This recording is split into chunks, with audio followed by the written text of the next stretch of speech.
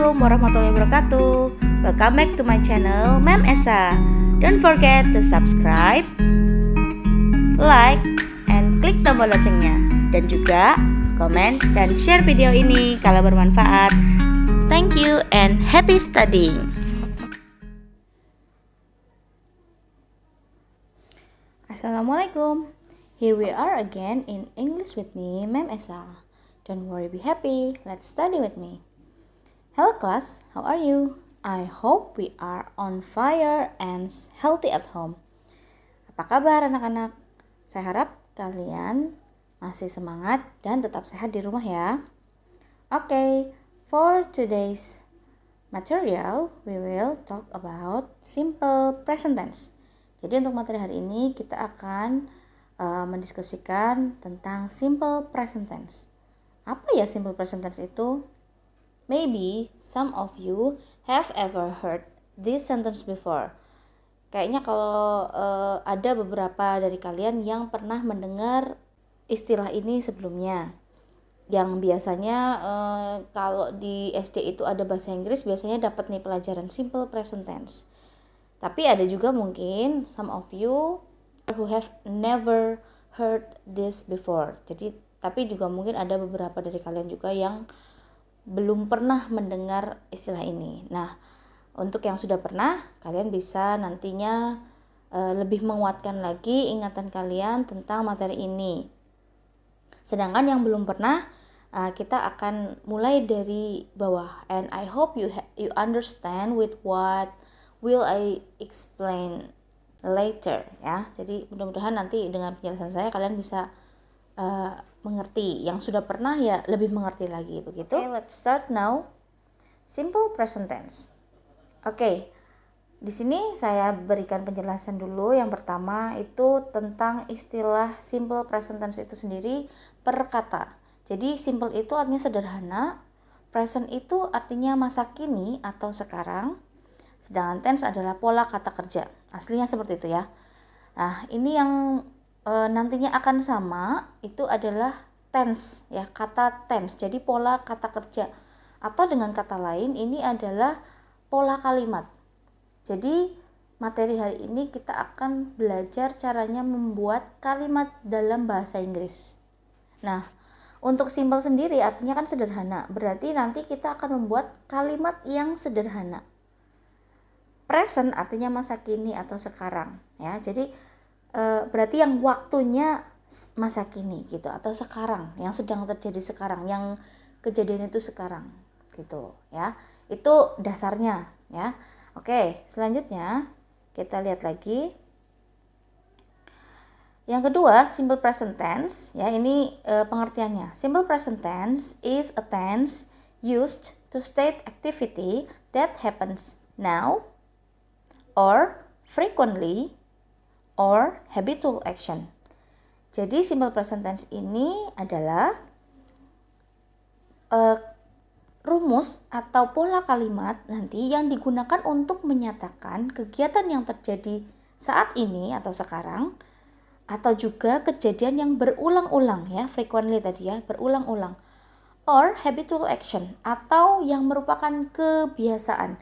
Jadi kalimat present tense, simple present tense ini digunakan untuk menyatakan kegiatan yang terjadi saat ini, kemudian yang berulang-ulang, dan juga yang merupakan kebiasaan.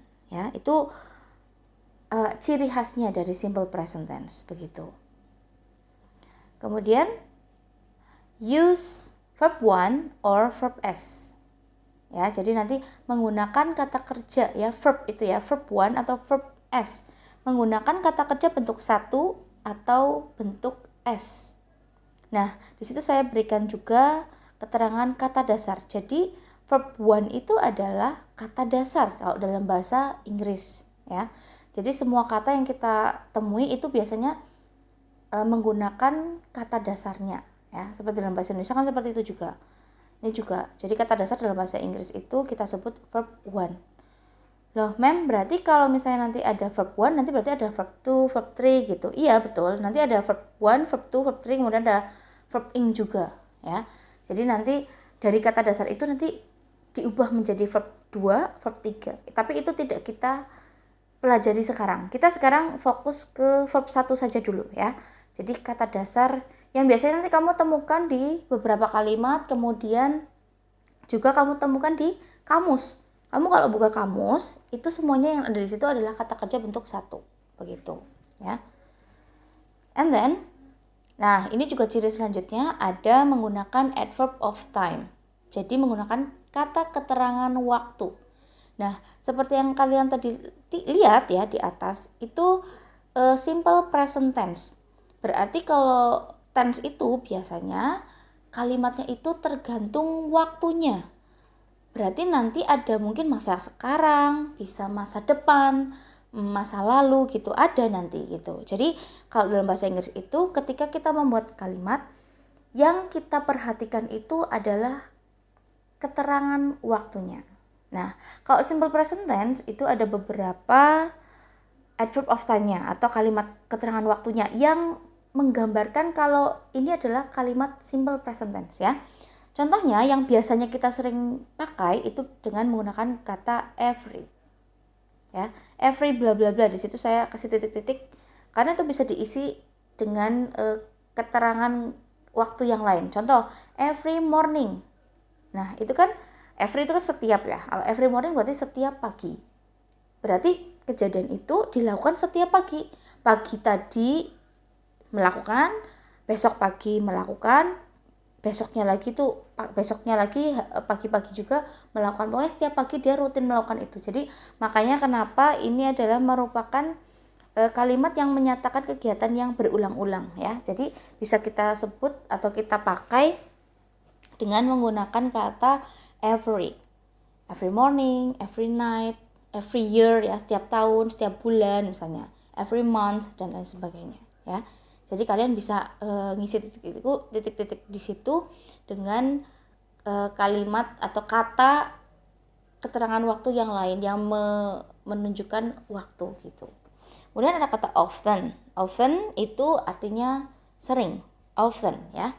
Kalau ada kata itu berarti insya Allah biasanya itu kalimat simple present tense. Kemudian ada kata always ya, selalu. Saya selalu misalnya tidur di kasur misalnya. Itu kan berarti kebiasaan gitu. Kemudian usually, biasanya. Never itu tidak pernah. Jadi saya tidak pernah, kan itu mau kebiasaan juga kan. Misalnya saya tidak pernah tidur di kursi misalnya. Ya kan berarti kebiasaan, saya nggak pernah tidur di kursi gitu. Seldom itu jarang. Jarang juga merupakan kalimat yang menunjukkan kebiasaan. Sometimes itu kadang-kadang itu juga. Jadi biasanya kalimat yang ada kalimat keterangannya waktu antara lain ini, mereka ini, every, often, ini ya, yang ini biasanya dia akan biasanya dia menunjukkan simple present tense ya. Mem, misalnya nggak ada adverb of time-nya gimana, Mem? Nah, itu cirinya ada di kata yang ini ya, verb 1 atau verb S. Jadi kalau kalian mau suatu ketika kalian menghadapi suatu soal tapi nggak ada kalimat keterangannya, nah kamu yang bisa kamu lakukan adalah mendeteksi kata kerjanya. Kata kerjanya pakai kata kerja bentuk berapa. Kalau bentuk 1 atau bentuk S itu pasti simple present tense seperti itu ya. Oke, next. Nah, untuk verb dan non-verb untuk simple present tense itu biasanya akan dibagi menjadi 2 jenis kalimat. Yang satu adalah verb, yang satu adalah non-verb. Ya. Berarti ini ada 2 jenis. Nanti kita juga akan mempelajari 2 contoh kalimat yang pakai kata kerja ya, verb sama non-verb. Non-verb itu berarti adjective dan noun. Kalian sudah pernah mempelajari ya, kemarin sudah kita bahas, makanya saya menyuruh kalian untuk mencari kata-kata yang masuknya verb itu kata kerja, kemudian adjective itu kata sifat, dan noun yang kata benda, seperti itu. Ya, kita mulai dulu. Yang pertama dari simple present tense yang verbnya dulu ya, yang ada kata kerjanya gitu. Simple present tense untuk verb. Nah, di sini ada 3 rumus yaitu rumus untuk kalimat positif, negatif, dan interrogatif ya. Kita lihat dulu ini untuk yang positif itu subject plus verb one or verb s. Jadi kalau misalnya kalimat yang akan kamu buat atau kalimat yang kamu baca itu mengandung kata kerja, kalau untuk simple present tense berarti dia kata kerjanya sudah pasti bentuk satu atau bentuk s. Dan kamu bisa lihat di situ kan saya menuliskan subject plus verb one atau verb s. Artinya setelah subject itu udah nggak pakai apa-apa lagi kecuali verb. Jadi misalnya kamu bilang, kalau misalnya contoh kata kerja ya, tidur misalnya, ya kamu langsung bilang I sleep, seperti itu. Jadi nggak boleh tambahin to be, nggak boleh kamu menulis I am sleep gitu, nggak boleh. I am sleep misalnya, itu nggak boleh, tapi I sleep seperti itu. Ya, jadi tidak ada tambahan apapun karena rumusnya juga cuma subject plus verb one or verb s. Ya, oke. Kemudian yang kedua, untuk kalimat negatifnya itu subject plus does or do plus not plus verb one.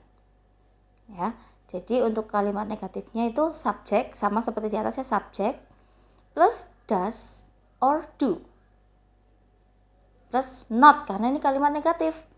Terus kata kerjanya bentuk satu. Nah, mungkin ada yang bingung, loh mem, di atas pakai verb one atau verb s, kok di bawah cuma pakai verb one, nggak ada verb s-nya? Karena verb s-nya itu sudah diambil oleh does. Ini, ya.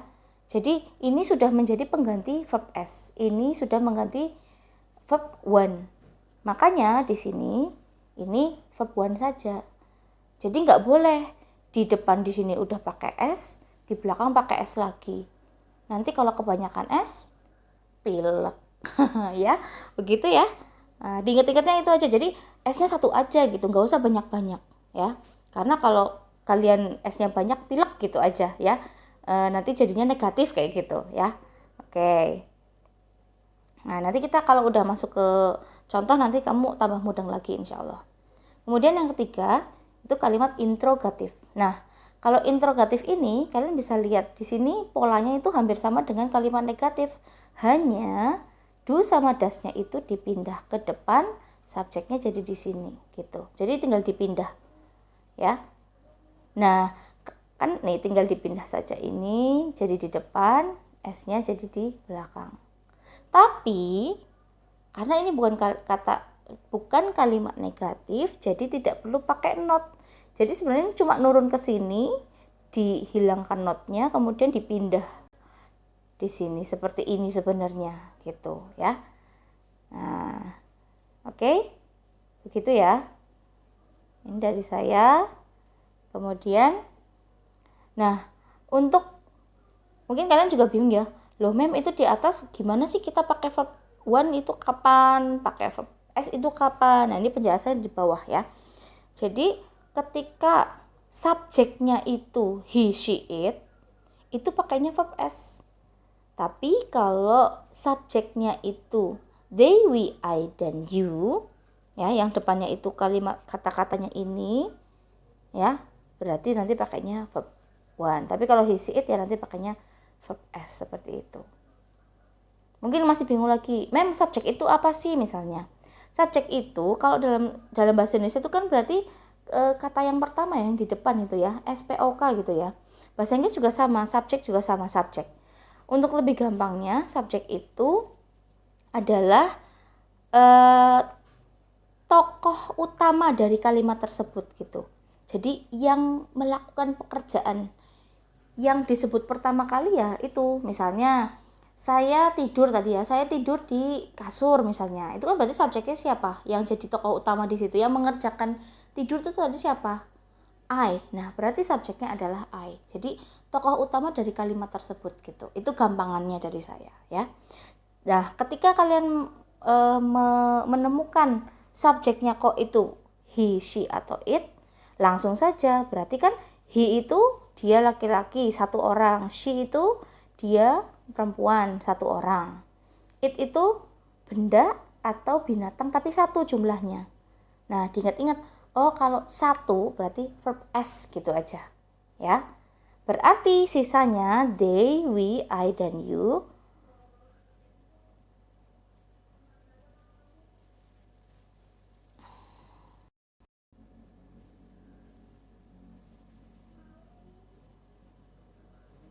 Ya, berarti sisanya untuk they, we, I, dan you itu berarti pakainya verb one gitu aja. Jadi kalian ingat-ingatnya kalau subjeknya itu satu orang berarti verb S gitu. Ya, seperti itu. Gampangannya seperti itu. Oke, lanjut lagi ya. Nah, di sini kata does not itu kamu boleh ganti dengan doesn't. Ya, does not dari kata does not jadi doesn't itu boleh. Dan do not itu jadi don't itu boleh. Ya. Oke, kita lanjut. Nah, ini ada example-nya ya atau contoh kalimatnya. Nah, di sini ada sebuah gambar ya. Ada seorang anak perempuan yang sedang berlatih bermain gitar. Ya, berlatih gitar gitu ya. Nah, di sini saya berikan contoh Rihanna practice guitar. Ini kita kasih nama Rihanna. Sedang berlatih ya, ini berlatih gitar gitu. Nah, kamu juga mungkin sedikit bingung ya dengan kok ini ada di tanda kurung.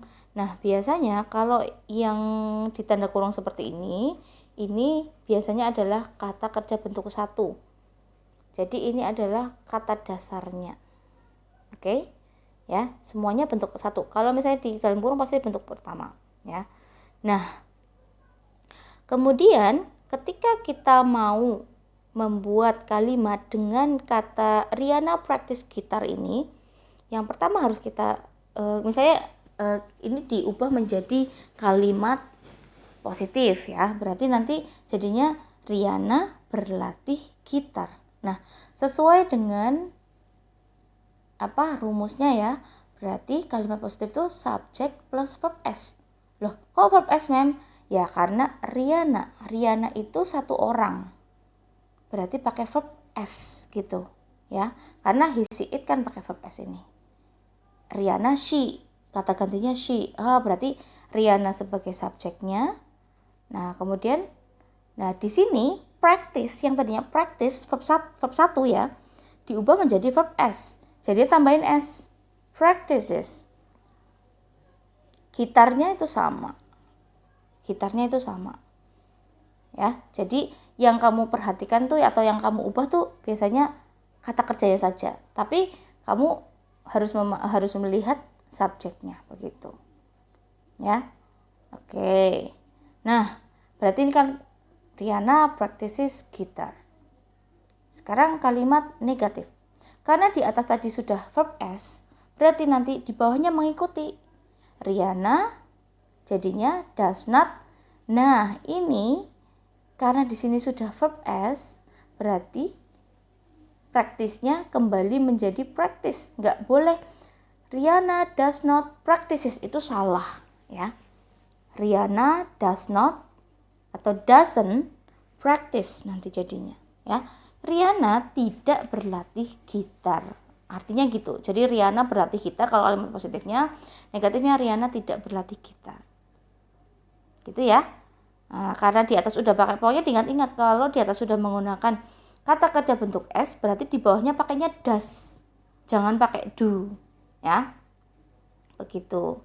Kemudian untuk kalimat interrogatif, berarti dari does tadi ya dibalik ya. Ini boleh kamu balik ke sana, cuma nanti dihilangkan not-nya. Jadi does-nya dulu, kemudian subjeknya Rihanna, kemudian praktisnya masih pakai kata kerja bentuk satu.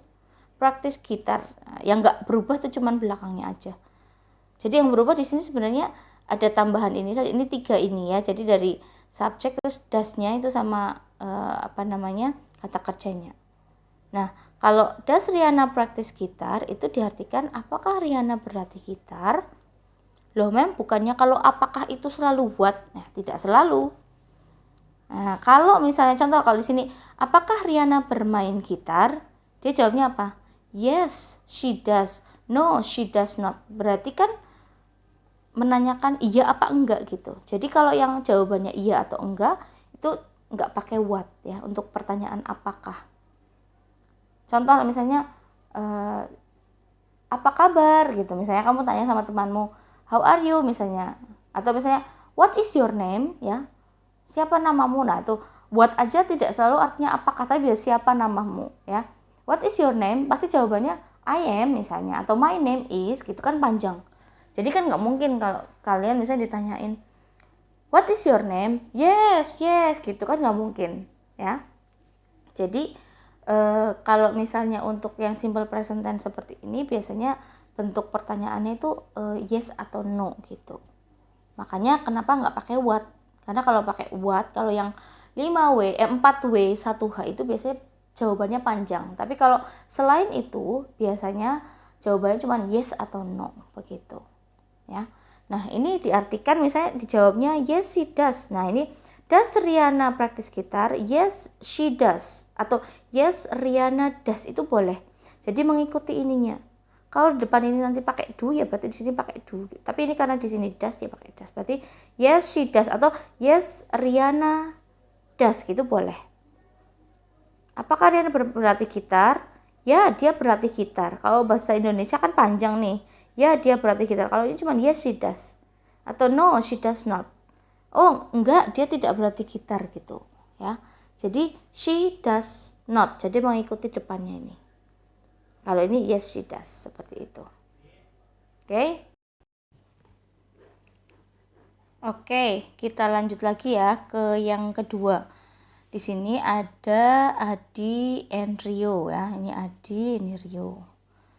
Nah, ini kalimatnya contohnya adalah Adi and Rio often play chess ya. Diingat-ingat kalau di dalam kurungnya itu ada kata, itu berarti kata kerja bentuk satu. Nah sekarang kita lihat ini kan ada 2 orang nih. Nah kalau ada 2 orang berarti kata gantinya si Adi dan Rio ini adalah they. Berarti nanti karena dia masuk kelompok Dewi Ayu ya, berarti dia nanti pakai kata kerja bentuk satu. Jadi nanti ini rumusnya ini. Nah oke. Nah berarti kalimat positifnya seperti yang kalian lihat, coba ini soal sama jawaban itu sama. Jadi Adi and Rio often play chess. Jadi sama aja karena ini kan memang pakainya verb 1 gitu. Jadi nggak usah digonta-ganti, itu nggak usah. Tapi kalau yang tadi si Riana itu kalian harus misalnya nih di sini Rio aja nih yang main, berarti Rio often plays pakai S nanti. Gitu. Tapi karena ini berdua masuknya D, berarti langsung saja samain. Ya itu yang paling gampang. Nah kemudian berarti ini maaf ya, ini saya salah ketik, harusnya Adi and Rio sering bermain catur gitu. Nah terus kalimat negatifnya berarti Adi dan Rio tidak sering bermain catur ya, tidak sering bermain catur. Berarti karena ini pakai subjek plus verb 1, berarti nanti tidaknya itu pakainya do not. Pakainya do karena bukan kata kerja bentuk S. Jadi do not. Don't ya, dari ini bisa kamu ganti dengan don't ya. Adi and Rio do not often play chess. Jadi ininya udah nggak diganti-ganti lagi, samain semuanya sampai sini. Nah jadi dari sini baru kita gantinya di sini. Jadi yang diutak-utik do-nya sama subjeknya gitu. Kalau di sini kata kerjanya nggak usah diutak-utik, kecuali yang Riana tadi itu ya. Oke. Nah sekarang berarti kalimat interrogatifnya menanyakan apakah Adi dan Rio sering bermain catur. Ya berarti nanti do-nya dulu ya, dipindah sama kayak tadi. Jadi do not itu dipindah ke depan, tapi karena bukan kalimat negatif jadi hilangkan not-nya ya. Kemudian subjek, kemudian ininya sama, often play chess gitu. Jawabannya kalau iya kan menanyakan apakah Adi dan Rio sering bermain catur. Ya mereka sering bermain catur, berarti jawabannya yes they do. Atau yes Adi and Rio do gitu boleh. No they do not gitu. Jadi mengikuti ininya ya, mengikuti kalimat di depan pertanyaannya. Pakainya do apa does. Kalau pakai does berarti ya does not gitu, atau does gitu. Tapi kalau misalnya do ya pakainya do begitu. Mudah-mudahan sampai sini kalian sedikit punya gambaran ya tentang simple present tense. Nanti setelah ini kita lanjut lagi untuk ke simple present tense tapi yang non verb ya. Ya, oke. Practice makes perfect. Jadi ini akan saya buat kalian latihan untuk membuat kalian lebih sempurna lagi. Maksudnya adalah semakin banyak kamu berlatih, maka insya Allah kamu akan semakin bisa. Nah, saya akan berikan 3 contoh soal ya. Make positive, negative, and interrogative sentence in simple present tense. Kali ini kita masih membahas yang verb ya. Jadi nanti kamu buat kalimat positif, negatif, dan interrogatif dalam bentuk simple present tense. Nah, di sini pokoknya saya hanya memberikan satu subjek, kemudian yang di dalam kurung diingat-ingat itu adalah kata kerja bentuk satu ya. Ya, nanti tinggal kalian lihat subjeknya apa. Kalau subjeknya satu orang, dia pakai ditambahin verb s. Jadi verbnya jadi verb s. Tapi kalau misalnya subjek itu lebih dari satu, Dewi Ayu itu, kalian tetap menggunakan kata yang disitu karena itu adalah kata kerja bentuk satu sudah, berarti tidak usah ditambahi s lagi begitu. Karena materi ini juga akan kita gunakan nanti di descriptive text. Nanti descriptive text kan sudah kemarin kita bahas ya. Kita akan menggunakan kalimat dalam simple present tense.